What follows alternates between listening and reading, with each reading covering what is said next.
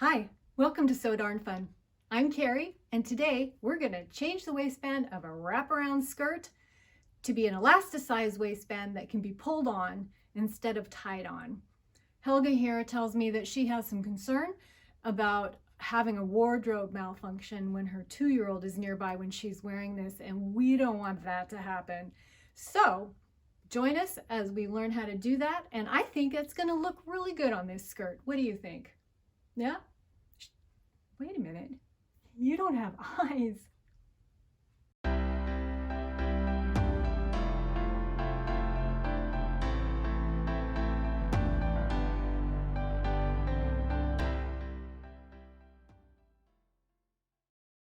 The first thing to take into consideration when changing the waistband of a wraparound skirt into an elasticized waistband is the overlap in the front.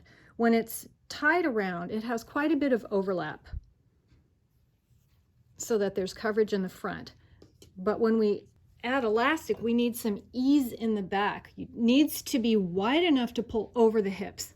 So this does have to overlap less in the front. So I tried this on my client to see how much we could unoverlap the front and still have her be able to pull that on over her waist, because we don't want this overlap to be so little that it's very, very immodest. So you've got to try that first and make sure it's going to work. So I've marked with a pin right here how far over this can come, and that's going to work really, really well for her. She can still get it over her hips, and it loosens the circumference of the skirt a little bit so that she can pull it on. I've also got a piece of elastic. I pinned it to this skirt, both sides, just along the back, to get a feel for size, to make sure that it's going to fit her waist. So with the front overlapped and the back pinned, here's one pin, here's the other, you see this much, you see the flap right here. This is how much extra there is. That's going to be elasticized. It's not a whole lot, but it's enough to get it up over her hips and to hold it on. One of the options that I could do is just tack all this together, keep it as one, sew it in, sew it here, make an opening back here and slide the elastic in and top stitch it in. I could do that, but I'm thinking I want a waistband that's not broken in the front. I think I just want to make a nice, neat waistband that goes all the way around, that looks like it's made to be that way. So I am going to spend the time to pluck out the stitching and completely take off the waistband, and then keeping in mind the places that I have marked, I'm going to reduce the circumference of the waistband so it fits neatly on here. If that was confusing, just hold tight, I'll show you what I mean. With my waistband pinned where the overlap needs to stop, this gives me the total distance that I need my waistband to be when I pluck it off and then re-sew it to be one nice tidy waistband. So if I measure from here to here, that's 16 times 2, front and back, so we need 32 inches worth of waistband. I'm also going to make note of how far over this right part overlaps the left part. So from the edge here to about where my pin is about 8.5 inches. So that way, once the waistband is off, I'm going to baste the front panel at the very top to the underneath panel to make sure that they have the proper overlap. I've already got my elastic cut to the right size, so I don't have to worry about measuring anything there, and I know that it's going to align with the side seams of the skirt.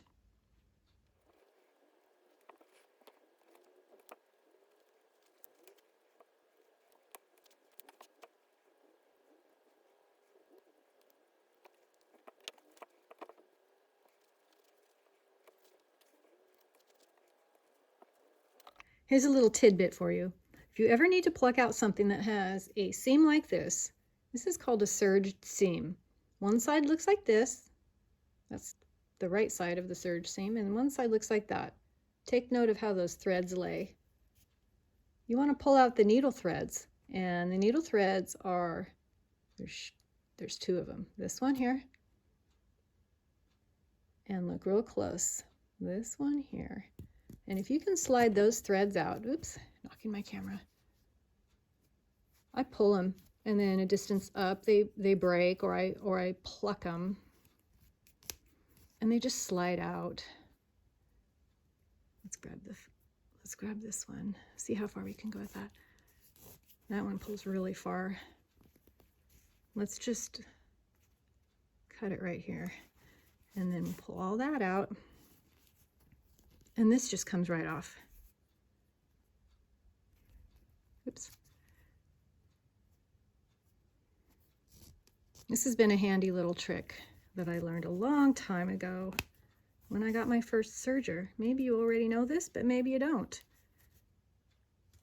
Another way is to just run your scissors or your seam ripper all the way through these top threads, but then it makes all these little pieces of thread that I don't like to clean up. Honestly, I would rather just do it this way, but that's me. If I can minimize all the little thread pieces I have laying around here, all the better. So I'll just keep doing it this way. Ooh, there's a long one. Got this nice pile of thread. And in no time, this waistband is going to be all the way off, nice and tidy.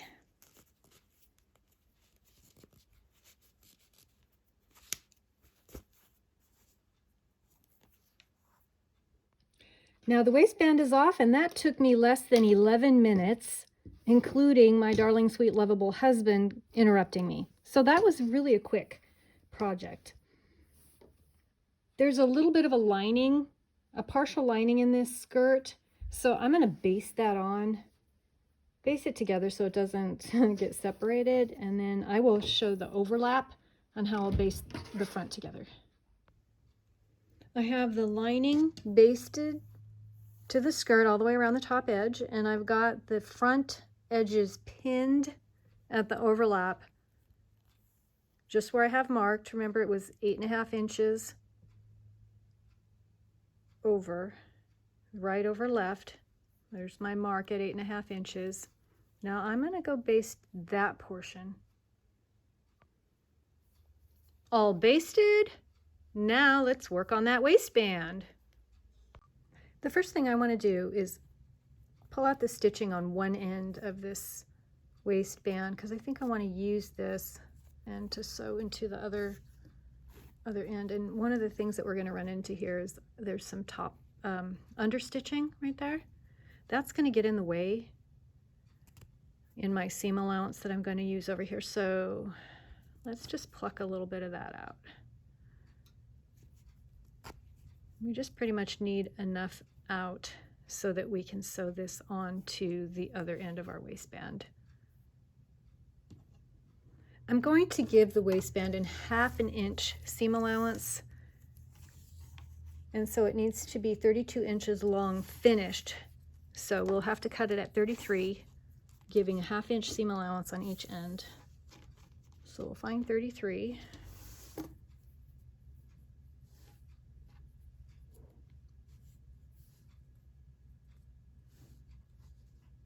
Right there. I'm gonna mark it.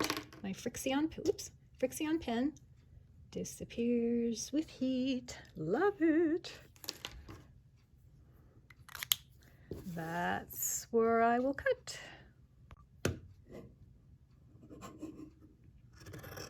There we go.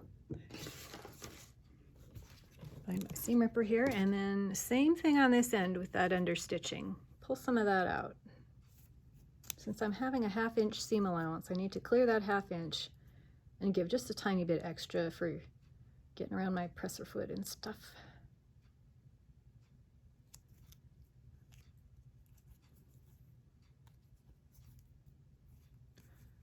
I think that'll work.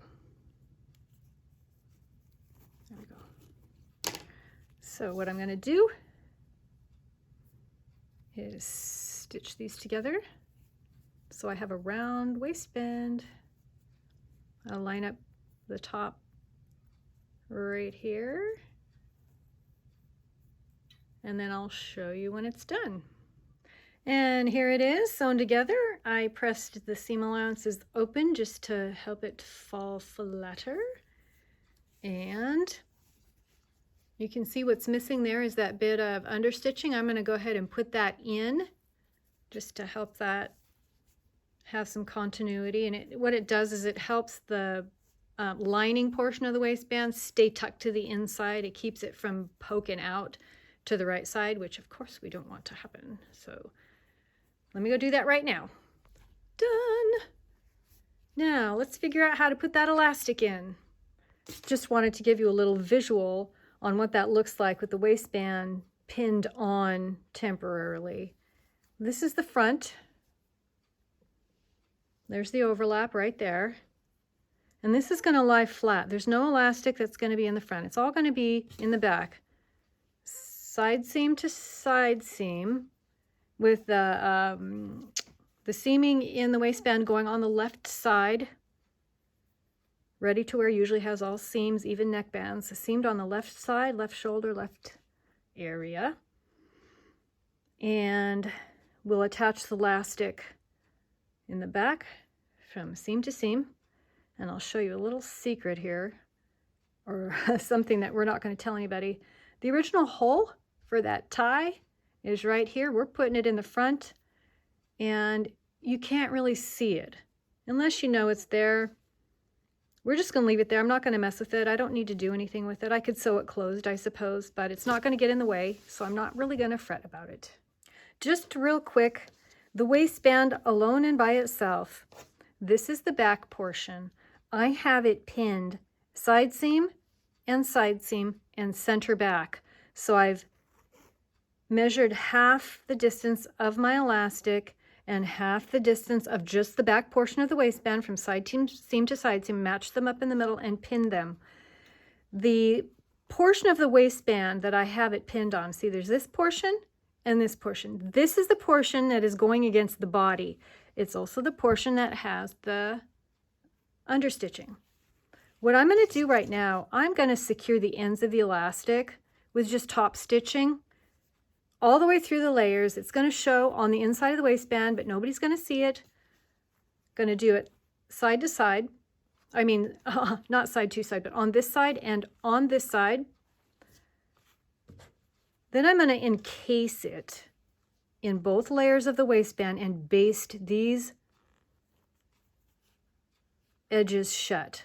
I don't think I have to do any more stitching through the elastic. I try to avoid stitching through the elastic all the way through, like, you know, stitching from side to side, because it tends to take away some of the stretchiness. So we'll do it this way and see how it's going to work. Here it is all pinned. The elastic is encased in there, and I tried really hard not to catch the elastic with my pins. I'm going to baste it again, trying not to catch the elastic. I want the elastic to be able to stretch freely in there without being caught. If I do catch it, it's probably not really going to be that big of a deal, but my goal is to try not to catch it. So let's see if I have any luck. And here we are. Elastic is encased. I don't think I caught the elastic in there, so it's free to move as it wants. There's the front. And now let's get it on that skirt. Here I have the waistband pinned on. Here's the front. Pinned on so that we keep that understitching toward the body side when it's folded out correctly. And then we've got the back. Some of my basting has popped here as I was making sure that it would stretch. It's going to need a good stretch when you sew it on. So when I sew the back, it'll be stretched out like that. Stitching the back waistband here, demonstrating here. Stretch,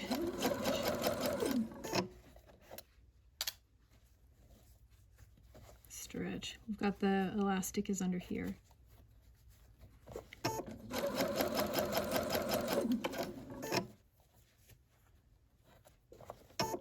Stretching from the front and the back. You kind of have to stretch it. I'm not pulling it out the back, but I'm stretching it evenly from the front and the back. But letting the feed dogs pull it through. If I tried to pull it, probably break a needle because it would bend the needle as it comes down. Got a little buckle in the lining here, but that's okay. Not gonna matter. And right now I'm just basting. I'm gonna come back and serge it when I've got this on and make sure that it looks fine. Okay, baste it on. Here's the front, and here's the back with some of these basting threads that we're just gonna pull out later. That looks pretty good. Let's take it to the serger.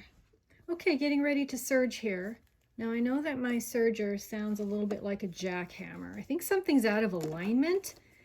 I did a project for a guy that was probably way too thick of fabric, and it's never operated as quietly as it used to. So I know I need to check into it and see what's up, but sorry for the sound, but here we go. Let's start.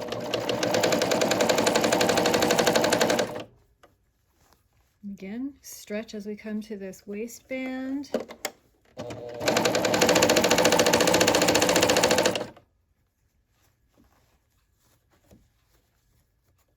Make sure all the layers are laying smoothly underneath.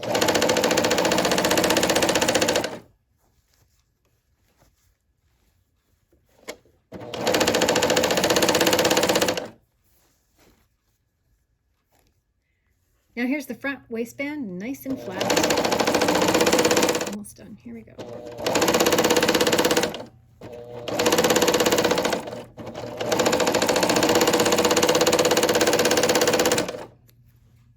I like to feed the tail of my serger threads through a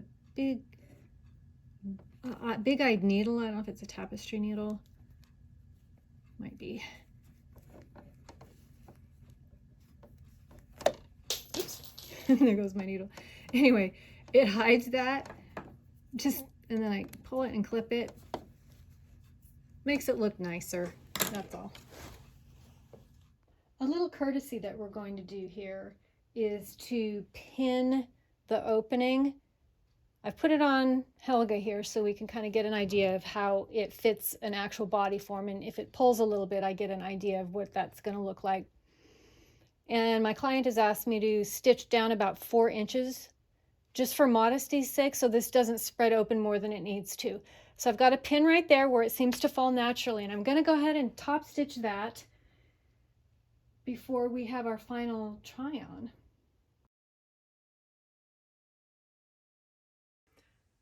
And here we are with Helga's completed skirt.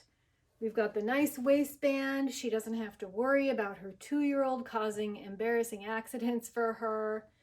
Let me turn her around. You can see the elasticized in the back. She can pull it on. They're noisy. And there we go. I wish you could see how beautiful you are. Thank you for joining me. Until next time.